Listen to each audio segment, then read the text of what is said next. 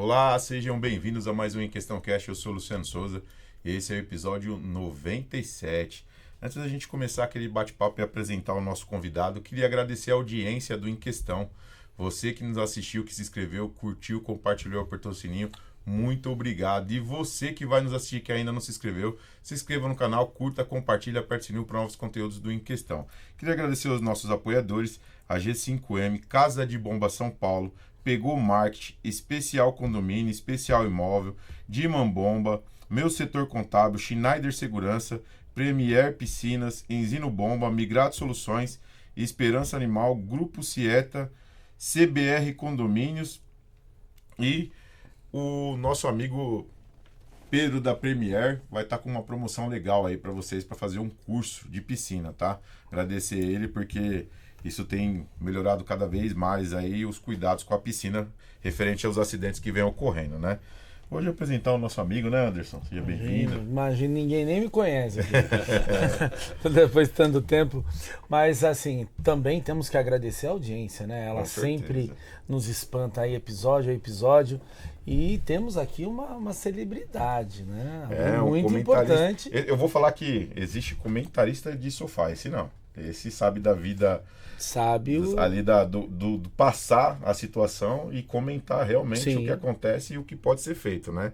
A gente vai estar com o tema falando de segurança pública, condomínios e tecnologias e como essa evolução está mudando e protegendo a vida dos moradores, né? Hoje a gente está com o comandante aqui, Lucas. Seja bem-vindo, comandante. Obrigado, Luciano. Obrigado, Anderson. Obrigado a você que nos acompanha aqui também, né, nesse podcast em questão. Um privilégio estar aqui com vocês. Muito obrigado. E vamos bater um papo aí para falar um pouco sobre todos os aspectos aí em questão, né? Comandante, a gente tem muita coisa sobre condomínios aí, a gente tem, e você acompanha isso direto, né? Tá na Record, sempre passa alguma coisa referente a isso, essas invasões em condomínio. Isso tem perturbado a gente que cuida, que administra condomínio, isso tá... Tira o sono. É verdade. E você sabe que uma coisa que é curiosa, né, Luciano? Eu vejo muita gente fazendo a opção de morar num condomínio pela questão da segurança. Sim. E é engraçado que isso, de alguma maneira, às vezes é um mito você achar que morar num prédio ou num condomínio é mais seguro do que numa casa. Eu tenho falado isso toda vez que eu tenho oportunidade, porque se você perguntar no senso comum das pessoas, elas se sentem mais seguras em prédio. Mas eu vou falar uma coisa aqui para você que nos acompanha também, que isso pode ser verdade, mas pode não ser. E eu vou falar por quê. Eu moro numa casa, aqui no bairro de Pinheiros, e moro eu e minha esposa só. Minha filha já é casada, mora com o marido em outro bairro. E na minha casa, quem faz a segurança sou eu e ela, né? Então nós cuidamos da segurança. Agora, num condomínio, que supõe-se morar muitas outras famílias, a gente só pode falar que um condomínio é seguro se ele tiver 4 elementos. Isso é bom. Isso é bom. Quais são os elementos? Primeiro lugar, condôminos conscientes. Condôminos que têm uma certa maturidade na questão de entender que para viver num condomínio precisa seguir algumas normas. E falando em normas, é o segundo elemento. Além da consciência dos condôminos, normas de convívio. Normas para poder receber uma visita, normas para poder fazer uma festa, normas para fazer uma reforma na sua unidade, e essas normas que são estabelecidas aí em conjunto com uma associação, com a Assembleia, mas aquela norma de conduta. A terceira coisa importante no condomínio é você ter os aparatos de tecnologia Sim. disponibilizados. Me refiro a cerca elétrica, arquitetura voltada para poder também proteger a segurança. Esses dias nós demos na televisão um sujeito que ele subia numa guarita para poder invadir o condomínio porque tinha um degrau na guarita que facilitava com que ele escalasse essa guarita e acessasse o condomínio. Então o arquiteto que bolou esse negócio, né, ou mesmo uma jardinagem com né, árvores e alguma coisa que facilita a escalagem, prejudica. Então me refiro a câmeras, me refiro a um controle de acesso, me refiro a cerca elétrica, controle de perímetros, iluminação adequada. Então a parte tecnológica. E o quarto elemento, que eu diria que é determinante, é uma inteligência para fazer com que tudo isso funcione de forma harmônica. Sim. E também eu diria que uma inteligência que diz respeito à parte externa do condomínio. Quando o síndico, por exemplo, ele tem contato com a delegacia de polícia ali da região, com a companhia da polícia militar da região, ele sabe o que está acontecendo ali naquele bairro, naquela circunvizinhança, e também faz parte, uma coisa que eu acho muito bacana e pouco explorada, essa conexão de síndicos ou de zeladores com outros zeladores de outros prédios próximos, né? Porque Sim. um pode servir de apoio ao outro numa situação de emergência, né? Quando você tem todos esses elementos funcionando, aí eu diria para você que um prédio é mais seguro que uma casa. E vou complementar uma coisa a mais, que num podcast a gente consegue falar, na televisão nem sempre dá tempo de falar. Sim. Mas se coloque na condição do criminoso. O que é melhor para ele? Em termos de produtividade, ele invadir a minha casa, por exemplo, que vai encontrar uns relógios meu computador, uma televisão e talvez alguma joia da minha esposa, ou ele invadir um condomínio onde ele vai acessar tudo isso, mas de diversas famílias. Sim. Você percebe que, às vezes, sob o ponto de vista da produtividade, para ele é melhor escolher um condomínio. A gente tem um relato, e até próximo a gente, da TV, né? Só que ela não faz parte, eles são os médicos, né, do ambulatório. Eles foram roubados esses tempos atrás. E foi pelo processo de locação por aplicativo. Airbnb. Não. Já são outros Para você ver. outras novidades aí que acabam acontecendo. A gente, vamos falar o português, né, que a gente fala que é a gíria, a finta dada, né? Então foi a famosa finta dada, porque sabia que eles estavam viajando, entraram no apartamento deles e entraram no apartamento Toda vez que eu analiso um caso de uma invasão em condomínio, eu encontro uma vulnerabilidade num desses 4 elementos que eu acabei de falar. Né? Sempre ou o porteiro não foi treinado, o funcionário não foi treinado e acaba facilitando porque ele acha que o bandido tem cara e de repente chama um garoto novo. Hoje mesmo nós demos aí uma gangue são uns playboyzinhos assim, uns meninos bonitos, bem vestidos, parece... E passa, né, tranquilo. E aí acaba... por falta de treinamento, né? Por falta de preparo. Ou chega lá uma guarnição da polícia, né? Os caras todos uniformizados com os distintivos, ele abre a porta e nem sequer checa para ver se de verdade são policiais. Esse caso que você tem falado de polícia, eu tenho... Nós, né, com o pessoal das empresas, a gente tem trabalhado nessa forma porque a gente teve muito caso de eles vestidos com a roupa da Polícia Civil invadindo o condomínio. Só que aí o que acontece? Muitas das vezes o porteiro ele não tem esse conhecimento e ele não tem essa frieza na hora de ser abordado pelo cara. Porque o cara vem com truculência. Por falta de treinamento, isso, né? Porque convenhamos, eu tenho falado sempre, né? Aliás, é uma reflexão que eu faço sempre.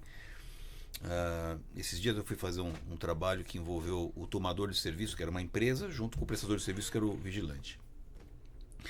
Esse vigilante, ele controla o acesso desse posto de atendimento, que envolve dinheiro.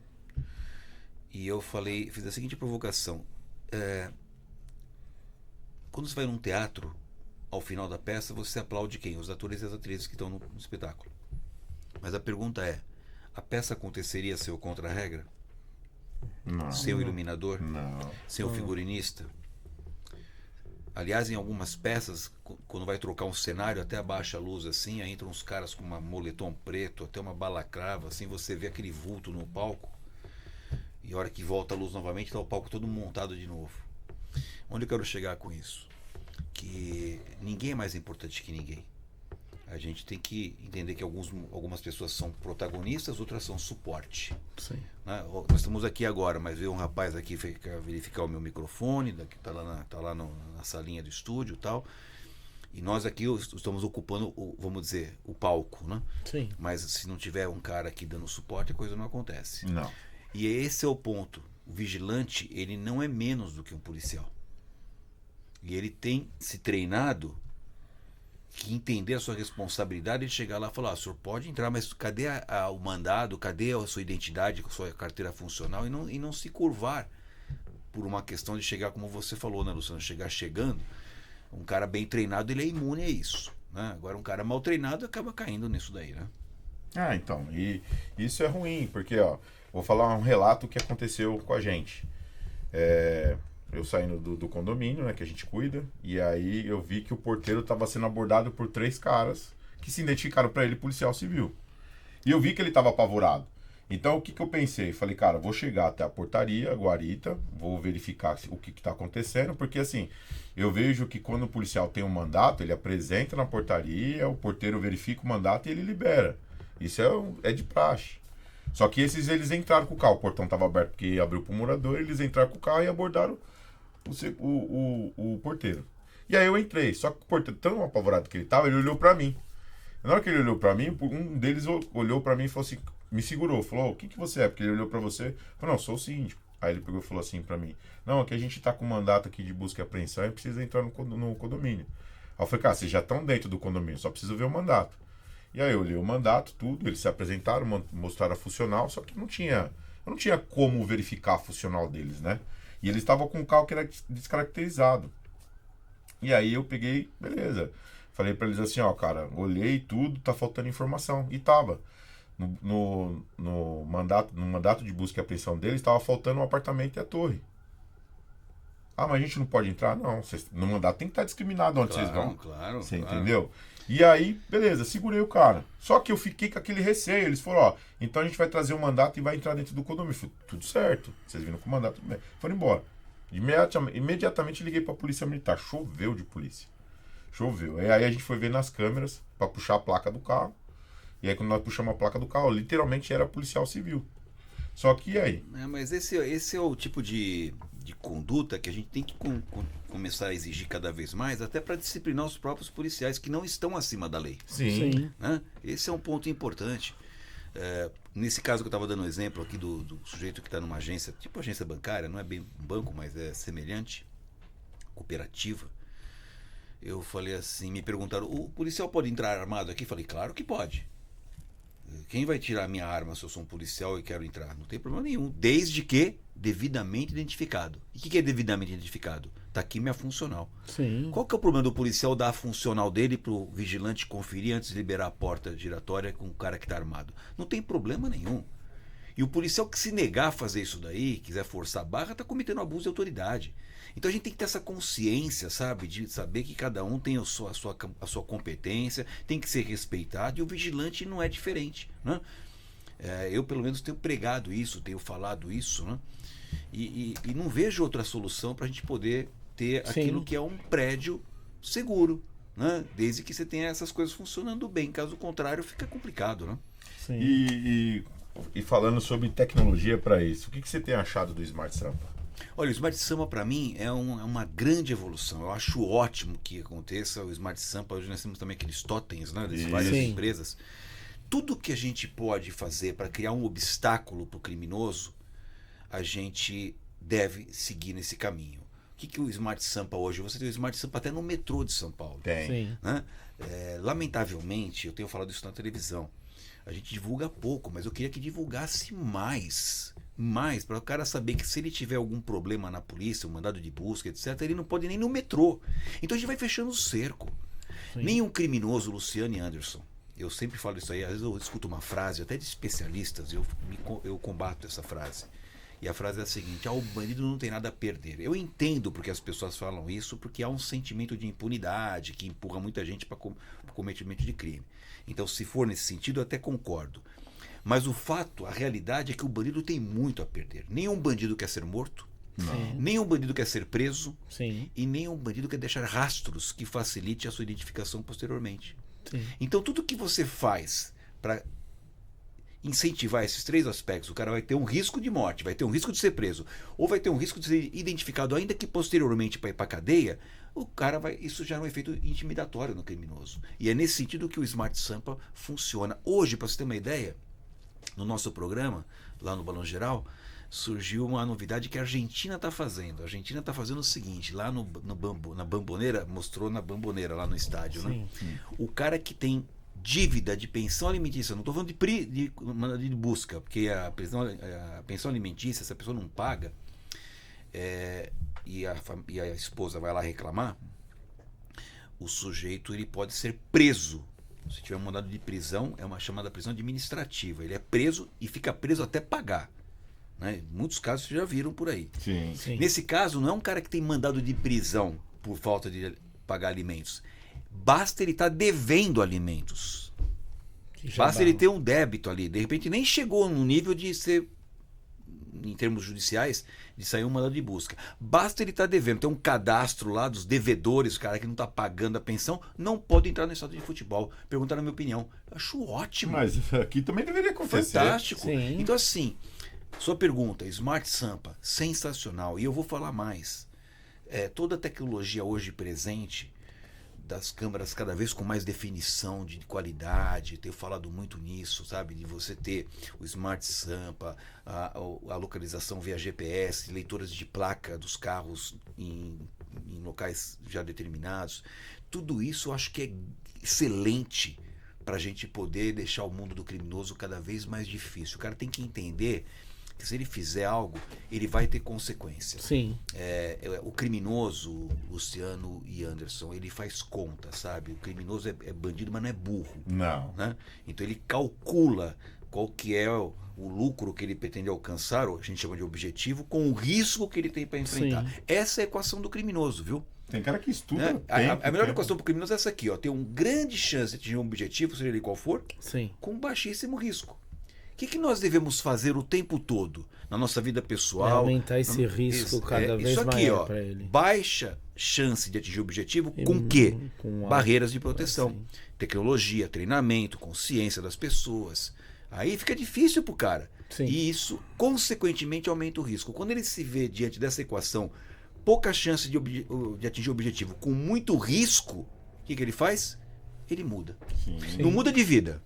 Eu não acredito nisso, mas muda de alvo. Eu vi esses tempos atrás também uma matéria, vocês estavam comentando essa matéria sobre o porteiro ter segurado uma pessoa que queria entrar dentro do condomínio, o moleque queria roubar, lógico, mas Sim. o porteiro identificou porque ele falou assim, que o rapaz falou assim, não, eu tô com a minha tia. Eu falei, quem que é sua tia? Não, minha tia é fulano de tal. Eu falei, mas então, tô ligando lá, não tá aí. Não, mas eu já tava aí dentro, não. E o cara não deixou. Então, isso é bom, do porteiro ter essa ação. Nossa, né? porteiro bem treinado, eu diria assim que é um grande... Você acaba perdendo, eu falei a sequência cara. aqui, né? Sim. Condôminos conscientes de que seguir as normas do condomínio, funcionários bem treinados e a tecnologia, né? E essas coisas todas funcionam de forma integrada. Esse é o caminho. Esse é. Ainda mais, e muito condomínio não sabe que nós podemos interligar o condomínio com o Smart Sampa. Sim. Exatamente. Eles já disponibilizaram, é algo muito simples, é entrar na página oficial e lá tem um caminho para fazer. Eu achei que foi sensacional essa iniciativa aqui da cidade de São Paulo, né, o Smart Sampa, na polícia, o chamado Projeto Radar, que é alguns locais, algumas ruas que fazem leitura de placa de veículos, né? O Detecta, que de alguma maneira, né? Que é naquilo que foi denominado muralha paulista, né? Você ter essa questão de você integrar os circuitos, integrar, né, a sociedade com os órgãos da polícia. Esse é o caminho. Quanto mais nós fizermos isso, melhor. Mais dificulta vamos dizer assim, para aquele que quer cometer um crime, né? Exatamente. E aproveitando, usando os 4 elementos que ele colocou, a gente tem o elemento do morador. Que a gente sempre também fala pro morador. Hábito para segurança é sempre importante. Nossa, gente. É uma coisa que as pessoas não têm, a gente tem. Eu sempre falo que o bandido ele vai sempre entrar pelo modo mais difícil, não pelo mais fácil. Que é o mais difícil estar do lado do morador e a pessoa achar que ele é morador. É o difícil para ele. Eu vou falar uma coisa, vocês me perguntaram um pouco antes de começar aqui, né? Quanto tempo eu fiquei na polícia, né? Já tô há 15 anos fora da polícia. Mas a gente sai da polícia, mas a polícia não sai da gente. Né? Claro. Eu entrei na polícia com 15 anos de idade. Eu tenho 61. Eu posso dar uma foto nessas 4 décadas que eu tenho de atividade policial, seja como policial que fui, mais de 30 anos, como comentarista de segurança, autor de livros, e enfim. O brasileiro é mal educado em segurança. Essa é a realidade. Sim. A gente, em geral, pensa na segurança como um monte de gente chata e um monte de regra chata para ser seguida. Essa é uma dificuldade do brasileiro. Em outros países, Sim. a gente tem outro tipo de pensamento, sabe? Com relação à segurança. As pessoas veem a segurança como um valor. Sim. E se é valor, é inegociável. Eu vou dar palestra, às vezes eu falo assim, quem acha que segurança é prioridade? Vou dar uma palestra numa empresa, por exemplo, para falar sobre violência urbana.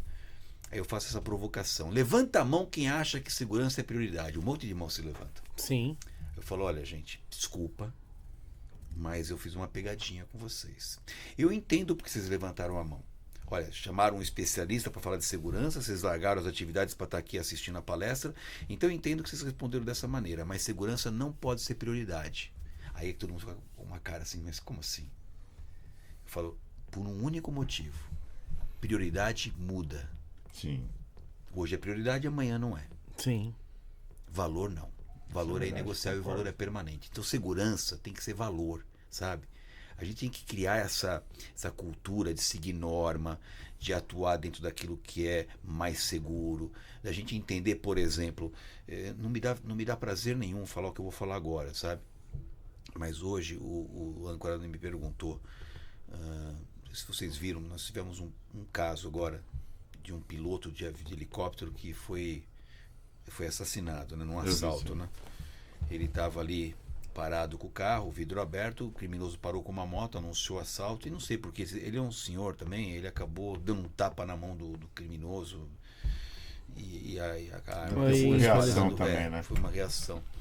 E aí o passaia me pergunta, Luca, mas tem que estar com o vidro fechado mesmo num carro que não seja blindado?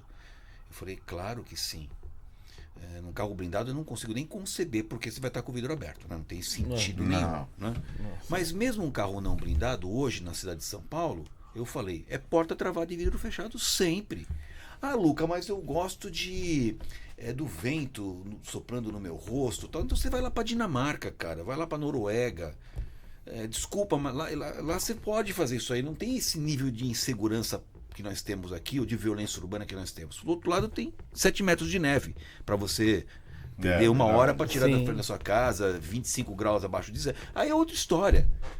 Agora aqui nós temos um país maravilhoso, nós temos um clima bacana demais, nós temos aqui, você vai na Vila Madalena, 3 horas da manhã, você vai encontrar um lugar para você comer, vai lá em algumas, até capitais do mundo você não vai encontrar isso aí. Então nós temos só que aqui temos um problema de violência que é grave e nós não podemos negar.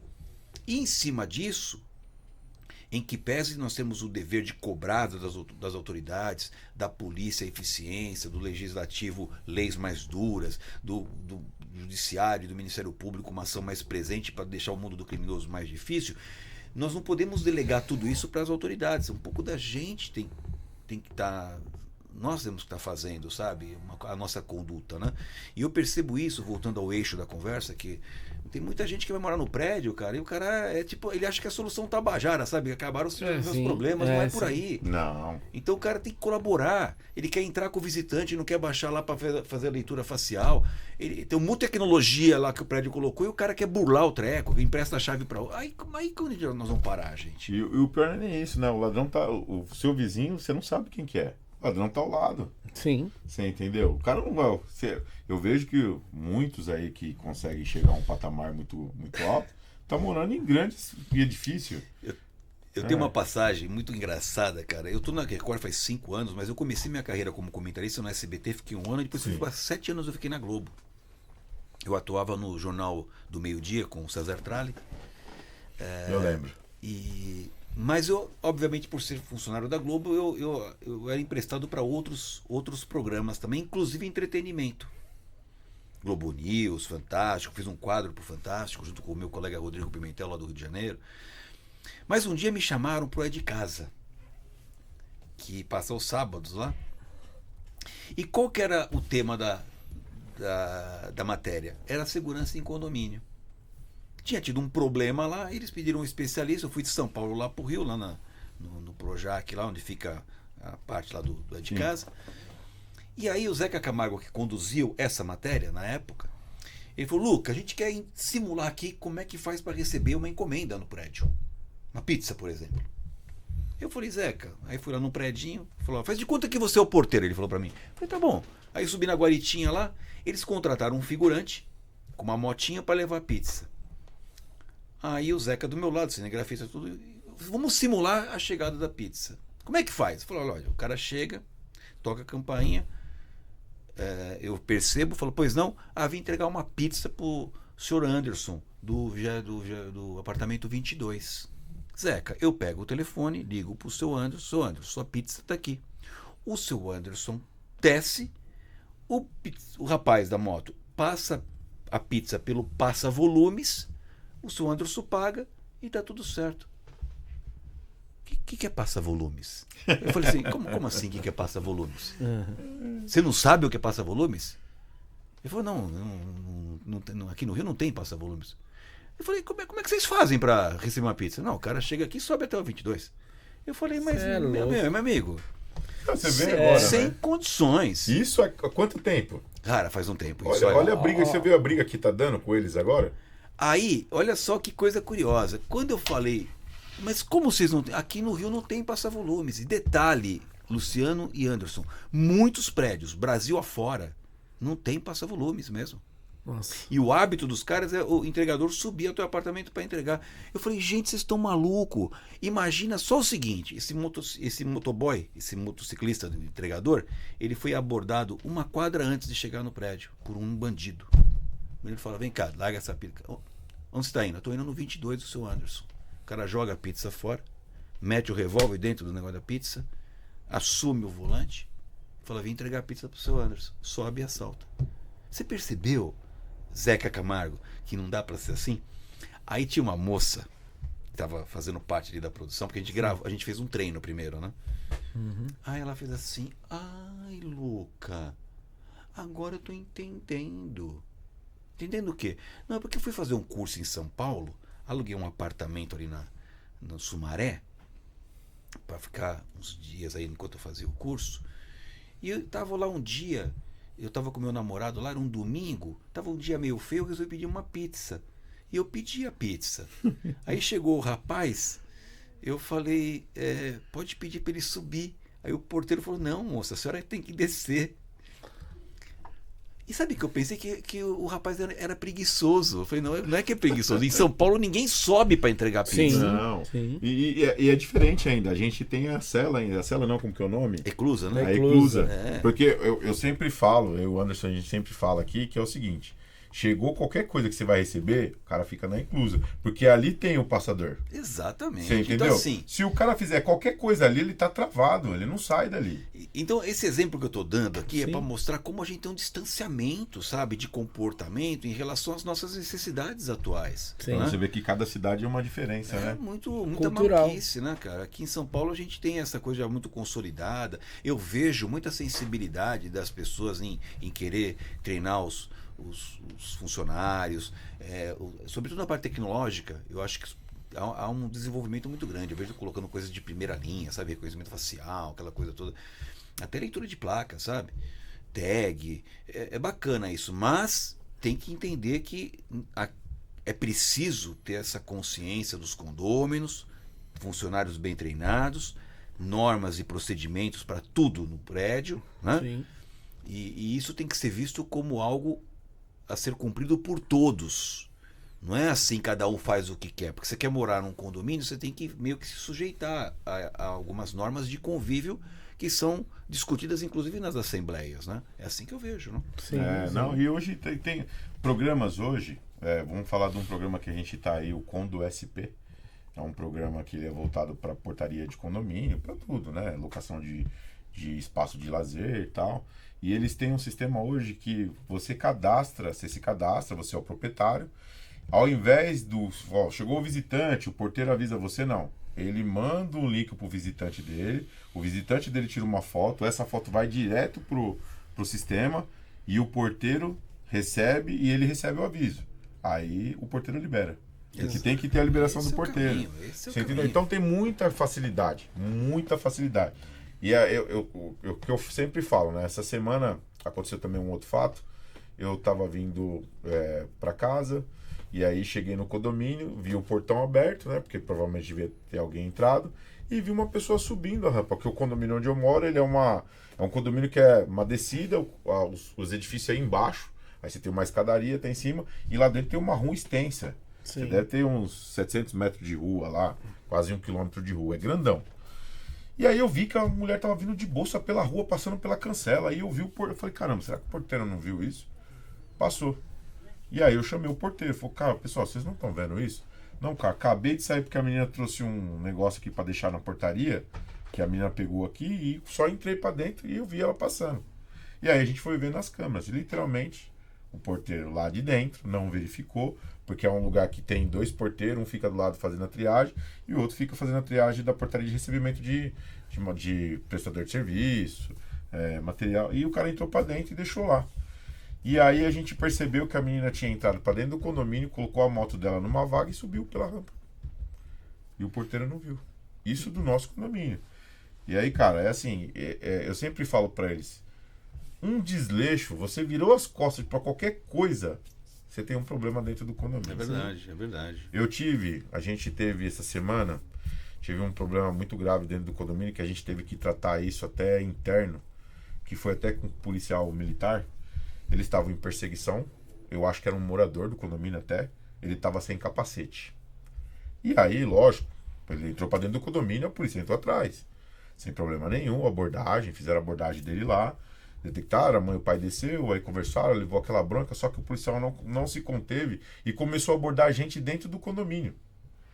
E aí deu um problema que abordou um advogado criminal. Cara, foi difícil de conversar, até falei pra eles.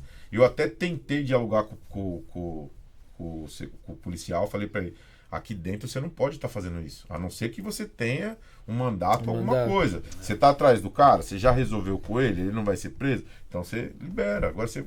Aí falou, cara, mas ele falou assim, mas eu sou polícia. Eu falei, tudo bem, eu não tiro o seu direito, mas o seu direito aqui dentro, ele é só liberado se você tiver um mandato, cara. Ou nesse caso aí é só uma situação de flagrante. Ou comandado. Não tem. Fora isso, abuso de autoridade. E assim, eu vou falar pra você, foi um pouquinho menos de. Foi uma coisa de despreparo, mas foi uma coisa que foi legal.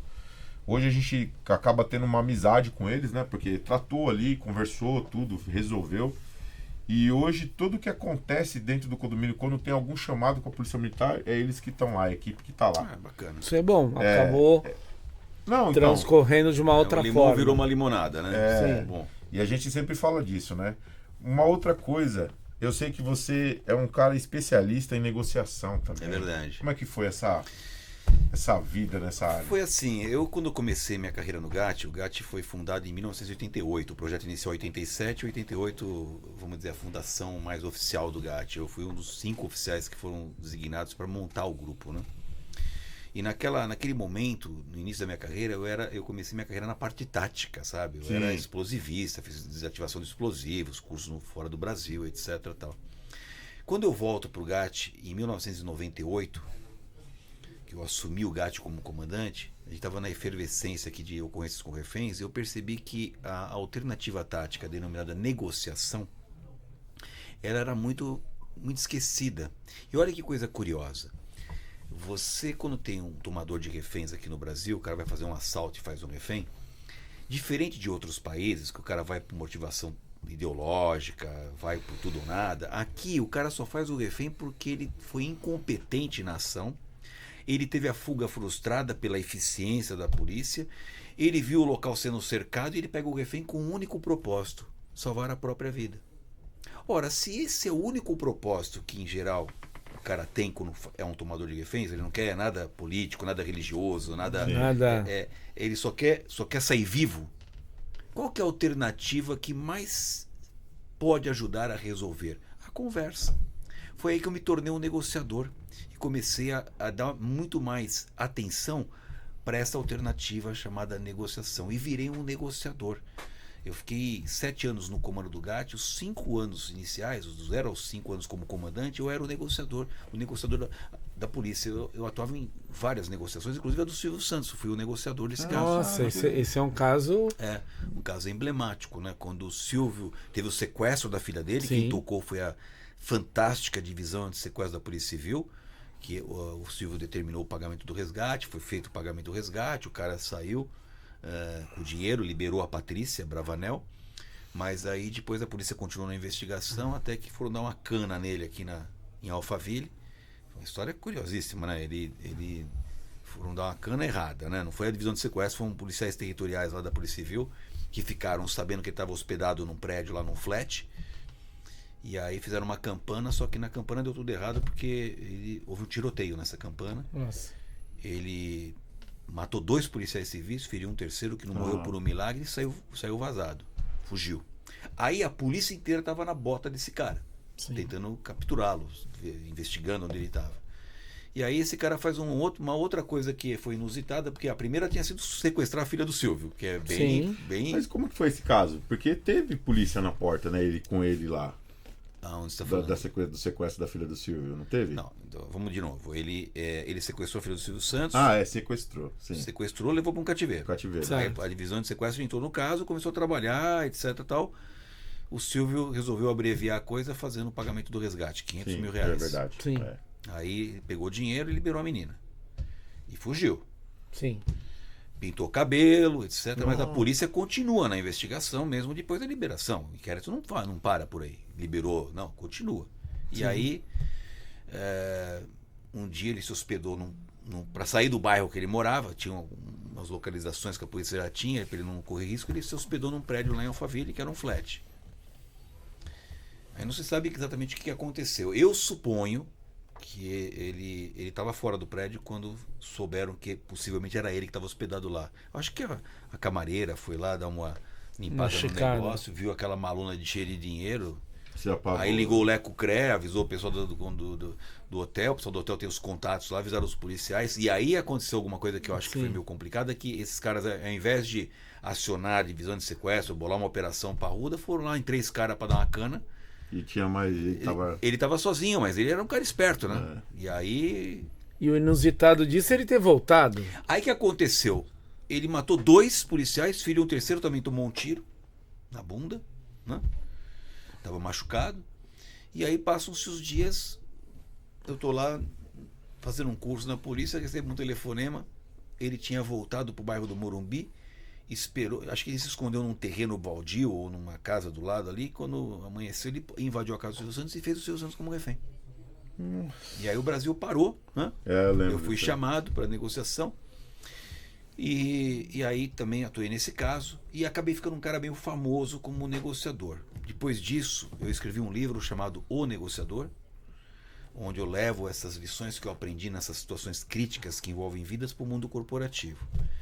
E esse livro, O Negociador, ganhou tanto sucesso que recentemente ele inspirou uma série chamada O Negociador da Amazon Prime. Sim. Né, com o Malvino Salvador, que eu ajudei também na série, fui contratado lá pela Boutique Filmes para fazer uma parceria da Polícia Militar com a Boutique Filmes, porque o Gatti também ajudou ali.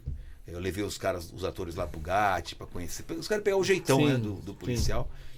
Então foi assim que eu me tornei um negociador. Hoje eu levo a negociação para o mundo corporativo, né? A vida da gente é muito de negociar o tempo todo, né? Sim. E eu tenho falado até, sabe, Fabiano e Anderson, que a negociação me transformou numa pessoa melhor. Porque quando você começa a negociar, você aprende a lidar com as pessoas, sabe? Sim. Ter mais respeito, entender o conflito que é muito comum nas relações interpessoais, saber ouvir, pensar com a cabeça do outro. Eu vou te fazer. Eu gosto muito disso, tá? Eu até comentei aqui com você que eu já prestei pra Polícia Militar. E eu sempre estudei algumas coisas e gosto de ver essas coisas policiais, né? Não muito esse sensacionalismo que é. Cara, eu falo que o pessoal, a TV, busca o bandido, enterra o criminoso, desenterra, e cara, é uma coisa que fica maçante. Sim. Mas eu vejo assim, essa parte de tecnologia, essa parte de trabalho que a polícia tem, principalmente a Polícia Militar hoje, que é uma coisa muito absurda. Sem ter. E eu vou falar porque na época de vocês, eu acho que na época que você era bem lá atrás, isso também era uma coisa que não tinha essa tecnologia. Hoje vocês conseguiam trabalhar de uma forma. Você tem razão. Hoje o GAT de São Paulo é uma ilha de excelência, né, cara? Sim. A gente se livrou, inclusive, de algumas coisas que lamentavelmente até está presente na mente de alguns policiais, né? Por exemplo, o bandido bom, bandido morto. Nós não temos esse pensamento. Aliás, vou mais além. Para nós, quem escolhe como vem é o bandido, não somos nós. Se ele quiser vir vivo, preso e sem um fio de cabelo desarrumado, tá tudo certo. Vai cumprir vai ser submetido à lei vigente, vai responder pelo que fez, tá tudo certo. Eu não faço juízo de valores, sabe? Nós nos livramos disso daí. A gente é muito de acordo com as normas, sabe? De acordo com a lei. Não precisa ter esculacho, né? Não precisa ter, só que nem sempre a negociação resolve. Sim, né? Não, sim, lógico. Nem todas as minhas ocorrências foram resolvidas com negociação. Teve hora que eu tive que mudar a canaleta porque foi necessário. Mas eu garanto para vocês que a negociação resolve boa parte das ocorrências, né? E o GAT hoje, pra você ter uma ideia, hoje, o GAT é chamado pelo criminoso, cara. Eu vejo algumas reportagens. Chama o GAT aí que eu sei que a palavra do negociador não faz curva, e não faz mesmo. A gente preza muito isso daí, o GAT, obviamente, de São Paulo, pelo nosso laboratório, virou referência para todas as polícias do Brasil, e hoje eu diria que é uma referência internacional, né? O GAT de São Paulo é tropa de primeiro mundo, em termos de know-how, comportamento e equipamento. É um orgulho que a gente tem. É um orgulho. Comandante, você acha que a polícia ainda tem muita coisa a melhorar? Não tenha dúvida. Aliás, é uma das coisas que eu falo muito, né? Às vezes a gente fica olhando, vamos fazer isso, Gente, vamos fazer um olhar para dentro. Ao invés de ficar olhando para fora, vamos olhar para dentro, que tem muita coisa que poderia ser racionalizada aqui para a gente poder ter mais eficiência e menos custo. Por exemplo, nós temos um Copom na Polícia Militar, um Cepol na Polícia Civil. Tem um cupomzinho deles lá. Nós temos uma academia na Polícia Militar, uma academia da Polícia Civil. Nós estamos tendo cada vez mais integração entre as polícias, e isso é muito bom. Mas se nós fizéssemos um olhar para dentro, o que a gente pode economizar aqui? Sim. O que a gente pode, por exemplo, eu não preciso ter uma policial militar como secretária de um comandante. Sim. Será que a moça que atende o telefone aqui ganha R$6.000 por mês? Sim. Não. A gente não poderia ter um jovem aprendiz para atender telefone e ter um policial a mais na rua? Será que eu não poderia fazer uma junção hoje com a tecnologia, ao invés de ter tantos batalhões, ter menos batalhões com mais pessoas? Sim. E cada batalhão que você cria é uma parte administrativa que você tem que colocar lá. E é um interno, custo, né? E menos policiais nas ruas. Sim. Né? Será que a gente não poderia fazer um olhar nesse sentido? Né? Então tem muita coisa que, respondendo a sua pergunta, muita coisa que a gente poderia estar bem melhor se tivesse um pouco mais de sensibilidade e um olhar mais administrativo sob o ponto de vista da eficiência. Sabe o que eu vejo que melhorou muito? Porque quando eu era moleque, eu era aquelas... Lembra do toque de recolher? Você não podia estar na rua. 10 horas vai pra sua casa. Senão ele pegava você e levava. A viatura vinha, pegava você. Você tá fazendo o que na rua, moleque? Onde você mora? O cara levava você lá na sua casa. Falou, moleque largado essa hora na rua. Né? A sua mãe levava uma bronca e depois você apanhava, que era desse jeito. Eu vi que melhorou muito até. Quando você aciona a Polícia Militar hoje, até a Polícia Civil, ele já tem um jeito já de falar, de tratar com as pessoas. Já é um pouquinho mais diferente. Mas a Polícia Militar melhorou muito, porque eu vejo que tem situações que não deveria estar a polícia lá, né? Deveria o pessoal tentar negociar ali e resolver. Mas eu vejo que eles vão lá, eles conversam, eles têm, chama a pessoa, tem briga de casal. Dentro do condomínio tem muito disso. Aí Sim. o vizinho fica incomodado, não quer assim, chama a polícia. A policial chega lá, procura a gente, ou procura o porteiro, passa a situação, você vê que o cara vai lá, chama o casal, conversa, chama de canto. Pergunta, eu vi um caso, te cortando rapidinho, que a gente acompanhou, que teve uma briga de casal, os dois brigaram, discutiram muito, muita gritaria, só que ele nunca bateu na mulher, não teve isso. E eu vi uma coisa que foi muito legal. O policial pegou o cara, falou assim, vou deixar você aqui, vou conversar com sua esposa agora, eu preciso saber uma coisa dela. Ela falou, não, se for falar de bater, não perguntei nada pra você. Fica aqui você encostado, eu vou perguntar pra ela. Chamou ela, a gente ficou do canto, ele falou pra ela te bate? Falei, não. Qual foi o intuito da discussão? Porque ele chegou bêbado e eu tava em casa e aqui parado já, chegou de madrugada, causando e tal. Não sei o que lá, foi aquela discussão besta, mas acabou fluindo essa discussão. E aí eu vi que isso foi uma coisa bem legal. Chamou o cara, trocou uma ideia com ele, falou pra ele aprender a ter um pouquinho mais de valor pela casa dele, que eu acho que ali é um ambiente familiar. E foi uma coisa que eu nunca tinha visto na polícia. Eu vou falar uma coisa pra vocês. Eu entrei na polícia em 1980 e eu saí em 2011, foram 31 anos. A polícia que eu deixei em 2011, estamos falando de 15 anos, Sim. é muito melhor do que a polícia que eu entrei em 80. Então, a gente vem num compasso de evolução. Tem melhorado demais o nível dos policiais, tem melhorado demais a formação dos policiais nas escolas de formação, nos cursos de aprimoramento. Então, assim, tem um ou outro que escapa fazendo umas besteiras, claro que tem, como tem em qualquer profissão. Sim. Né? Sim. Aliás, toda vez que eu faço um comentário na polícia, eu sou muito... Pra mim a coisa assim é meio cartesiana, sabe? Fez certo o elogio, fez errado eu aponto a não conformidade. Sim. Eu não passo a mão na cabeça de gente má conduta, de gente que descumpre norma, de gente que descumpre a lei. Sim. Né? Às vezes eu sou um pouco mal interpretado, porque as pessoas falam assim, nossa, Luca, mas o cara era bandido. Eu falei, não importa que o cara era bandido, o sujeito que foi assassinado, por exemplo. Né? Se o policial fez isso de uma forma irregular, ele não pode fazer. Uma coisa é você atirar num cara que atirou em você ou que esboçou um risco para você. Outra coisa é você pegar o cara vivo, levar atrás da viatura e executar o cara. Sim. Então não terá o meu beneplácito, né? Não terá a minha guarida um cara que age de forma irregular. Às vezes eu não sou muito bem compreendido por conta das pessoas acharem que se é bandido tá valendo tudo. Não vale porque um dia a tragédia pode bater na sua porta. Sim. Né? Aliás, depois eu vou contar uma história nesse sentido.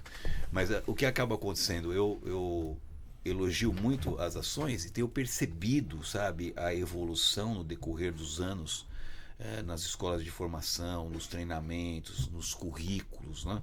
Fazendo com que o policial cada vez seja um cara mais integrado com a sociedade, sabe? Mais educado, com o cidadão de bem, né? E esse é um ponto que eu julgo muito importante e que corrobora, confirma o que você falou, né? Tem muita gente que resolve muita coisa. E a polícia, sabe, Luciano e Anderson, para além do trabalho policial, ela tem uma demanda muito social também na resolução de conflitos, né? Ele atende de tudo, né? Sabe o que é legal? Vou falar pelo síndico, né? Eu, o Anderson, a gente sempre tentou buscar gatilhos para esse meio de conflito, para a gente resolver tanto conflito com o morador, como conflitos nossos mesmos, né? Brigas, ações que a gente se depara, que a gente tem que pensar rápido. Sim. E aí a gente percebeu o seguinte, a gente tem, vamos lá, uma criança largada pelo condomínio, a gente tem um conselho tutelar para dar aquele apoio, né? Não é, e eu sempre falo assim, eu trouxe o pessoal aqui, não é para... Eles não podem ser para apagar incêndio, eles estão lá para dar uma orientação, para falar da regra, o porquê, falar da norma. E a polícia militar também está nisso. Eu tenho caso de conflito que o próprio policial, o próprio cupom, ligando para o cupom, eles conseguem te orientar hoje. Coisa que não acontecia. O que está acontecendo? Não, vamos mandar uma viatura aí. Você não conseguia nem falar, né? E hoje você consegue ter esse corpo de bombeiro. Eu vejo lá, aconteceu um caso de um morador que tava no banheiro, entrou uma cobra, não conseguia sair lá do banheiro, e era uma cobrinha pequena, mas cara, enquanto o bombeiro não chegasse lá, ele não abria a porta. Nossa. Né? Então, você vê que o bombeiro vai lá, se prontifica, você vê que as pessoas têm mais esse contato, né? Melhorou muito. Tem muito espaço para aperfeiçoar isso, mas eu diria assim, né? Que melhorou demais, né? Eu queria aproveitar, já que eu queria você por mais horas aqui, mas o programa está acabando, né? E segurança tem muita coisa. Tem muita coisa para falar. A gente colocou um vídeo aqui, inclusive, que é um vídeo de feminicídio que foi ao ar, até acho que na Record também. Se a produção puder colocar, isso a gente já pegou também dentro do condomínio, mas não chegou a esse ponto, né? Olha isso. Esse foi da mulher que tomou a facada, e você viu que os moradores interviu, né? Mas ela já tinha levado a facada, né? Os moradores, nós demos esse também. Nós demos esse também. Aliás, houve uma confusão na hora de dar essa reportagem, porque o âncora falou, o cara tá batendo, era o morador batendo no cara, no agressor, né? No agressor lá, ó. Fez uma intervenção, foi bacana, isso não ficou inerte, né, diante de uma agressão. Aí eu tô achando que essas pauladas é mais para conter o cara do que uma agressão, né? Foi mais para... mas ali eu vou falar para você que eu acho que eu falo que ali é minutos, né? O cara chega ali e vê uma situação daquela. Se o cara tem aquele senso de justiça, exatamente, ele vai para cima, ele vai defender. Não tem outra forma, às vezes, de conter uma pessoa que está ensandecida, agredindo com uma faca. Com uma faca não tem.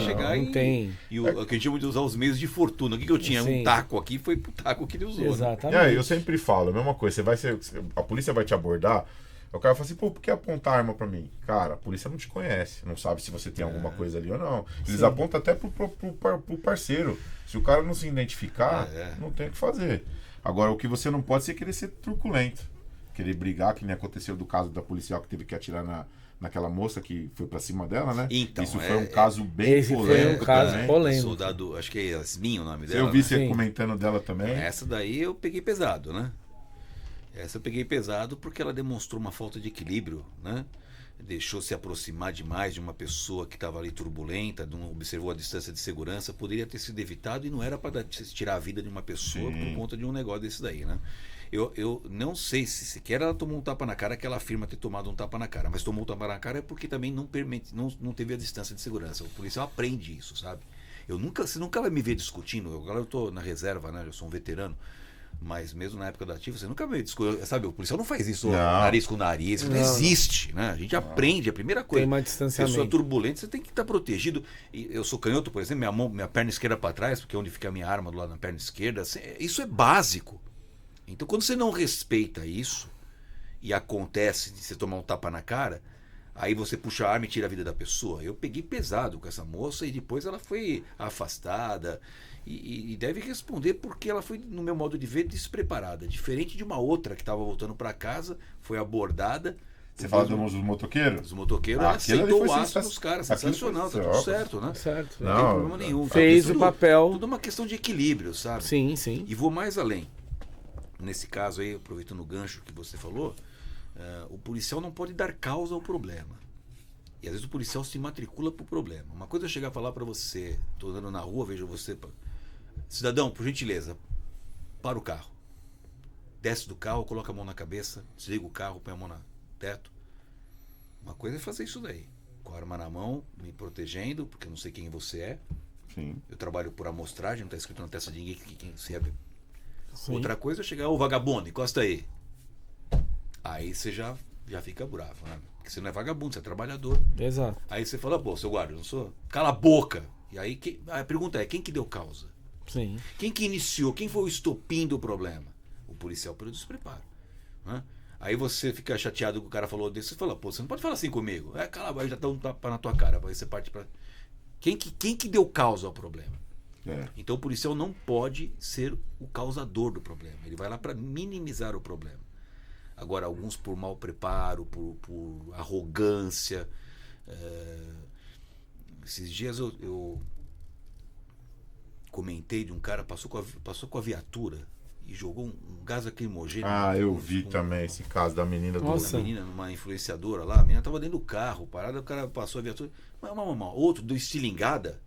Nossa. Aí você fala, meu Deus, qual o hospício que esses caras escaparam para poder serem policiais? Não é possível, né? Não é possível. E aí é que tá. É despreparo ou é o emocional que não soube avaliar? É despreparo. Sabe por quê, Anderson? A gente, quando entra na polícia, você é submetido a uma série de testes. É diferente de uma pessoa entrar numa faculdade. Sim. Passou no escrito, tá tudo dentro. Aqui na polícia, você passa no escrito, é só a primeira fase. Aí você vai para o exame médico, você vai para o psicotécnico, que é o psicológico, você vai para o Físico. e aí você passa. Então você já passou por crivos, inclusive da parte psicológica. O psicólogo no exame psicológico, ele avalia o seu nível de agressividade, a sua capacidade de lidar com situações. Se o cara é meio fora do compasso, daquele que é o padrão, ele já nem passa. Muito bem, aí você vai para a escola de formação. Não é escola de informação, é escola de formação de soldado, de oficiais. Lá você passa por uma série de vivências para treinar as situações mais do cotidiano, as pressões, ser resiliente, suportar as injustiças, ter controle emocional. A gente é treinado para isso. A parte prática é enorme na polícia, para você poder... São simulações que você faz de ocorrência, você aprende a fazer abordagem, treina. Aí o cara sai da academia de polícia ou da escola de soldado, da escola de formação, comete essa... E não observa as coisas básicas que ele aprendeu e, consequentemente, tem resultados catastróficos. O que eu posso fazer a não ser crucificar esse sujeito? Sim. Né? Então, assim, para mim é muito simples, né? Então eu diria que tem gente que que se matricula porque quis se matricular. A instituição é boa. Fabiano, Luciano e Anderson. Algumas pessoas não são. Sim. Aqui tem regra para tudo. E as regras servem para ser cumpridas. Quando o sujeito fala assim, há uma abordagem de um veículo, separa a viatura atrás, no ângulo de 45 graus, o encarregado desce e verbaliza para o cara descer. Agora, isso, é tudo parametrizado, tem POP para tudo. POP é procedimento operacional padrão. Agora, o cara não quer fazer. E aí, sabe o que é o pior? É quando você tem uma abordagem, nesse caso para condomínio, você tem uma abordagem do seu porteiro, que faz isso com o cara. Porque sabe o que eu falo? Quando a gente tem uma situação que o policial ficou revoltado com o porteiro, porque o porteiro abordou ele, porque ele já é morador há muito tempo, que não sei o que lá tem, isso acontece. Eu falo pro policial assim, falei, cara, posso falar uma coisa pra você? Você é um herói pra ele. Esse cara tá na portaria porque ele não teve instrução pra poder estar no lugar que você tá. Porque o cara que tá na segurança, ele queria estar na polícia militar. Ele queria estar numa instituição. E não conseguiu. E não conseguiu. Exato. Aí você que é o cara que ele vangloria e ele tá fazendo um procedimento que ele acha que é certo, ao invés de você ir lá ajudar ele nesse procedimento, você atrasa a vida do cara. Sabe o que acontece? O cara acaba desgostando da profissão. Exatamente. Porque quando a gente tem cara bom na profissão, você acaba perdendo ele. Porque ou ele vai virar supervisor, ou ele vai cuidar de mais gente, ou ele vai dar treinamento. Sim. Porque o salário... Você sabe que uma vez foram na NASA, uma visita lá, isso é tema de... É um caso que aconteceu real. E aí perguntaram, tinha um cara fazendo uma faxina lá, e aí perguntaram, qual que é a sua função aqui? O cara falou, a minha função aqui é ajudar a pôr um foguete na Lua. A minha missão. A minha tarefa é manter o chão limpo. Então, esse é o problema que a gente tem aqui. Algumas pessoas desprezam funções, como, por exemplo, funções de uma pessoa que faz limpeza, de alguém que faz manutenção, de alguém que está na portaria. O porteiro não é menos que ninguém. Ele é só porteiro, tudo bem. O garçom não é menos que ninguém. Ele é só o garçom, tá tudo bem. Então a gente não pode ter esse desrespeito. Às vezes o policial, ele confunde. Ele acha que ele tem uma autoridade que de fato ele não tem.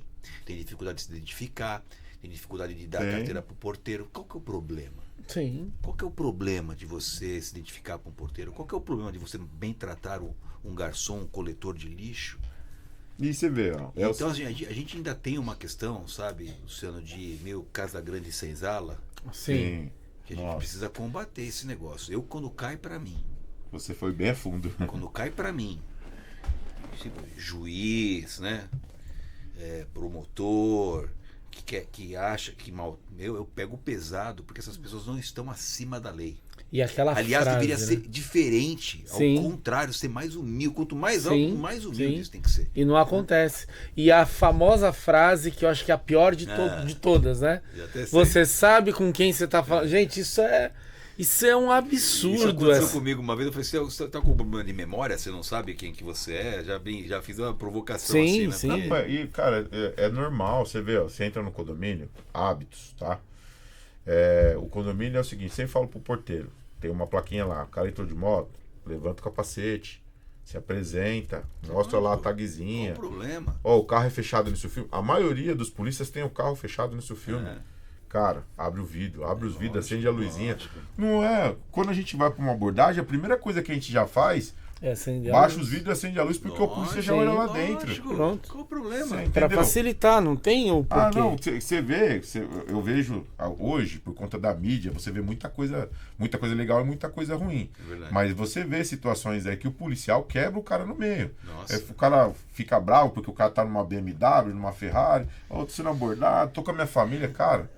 Você tá com a sua família, mas você tá sendo abordado porque teve alguma coisa que, cara, tô aqui. A notícia ruim é que isso ainda existe. A notícia boa é que cada vez existe menos. Sim. Vou dar um exemplo. Esses dias, uma pessoa foi na minha casa, num jantar, e tomou uns vinhos pra mais, e na hora de ir embora, eu nem me dei conta, mas o cara passou na Hélio Peregrino, foi abordado por uma blitz da Lei Seca.